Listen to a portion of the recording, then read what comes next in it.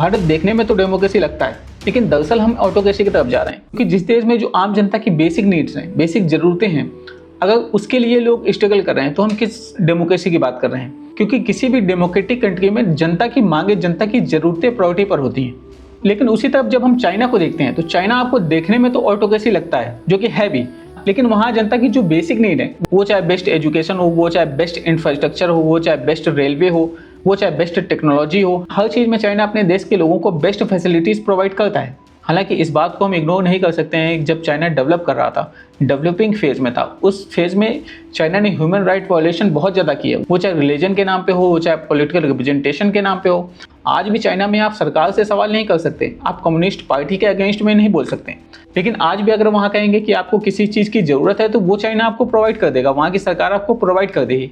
वहाँ आप सरकार के अगेंस्ट में नहीं जा सकते, बाकी सारी फैसिलिटी चाइना आपको प्रोवाइड करेगा।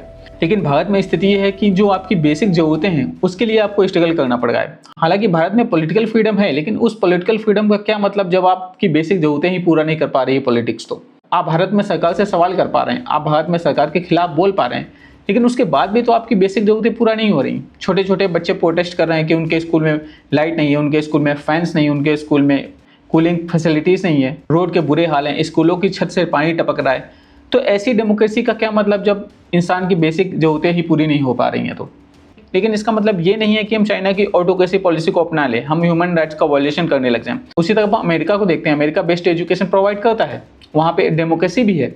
अगर हम स्कैंडिनेवियाई कंट्रीज़ की बात करें तो वहाँ पे वर्ल्ड की टॉप एजुकेशन प्रोवाइड की जाती है, वहाँ बेस्ट इंफ्रास्ट्रक्चर है, बेस्ट स्टैंडर्ड ऑफ लिविंग है, बेस्ट एजुकेशन है। हम वहाँ से भी सीख सकते हैं, हम जरूरी नहीं कि चाइना से ही सीखें।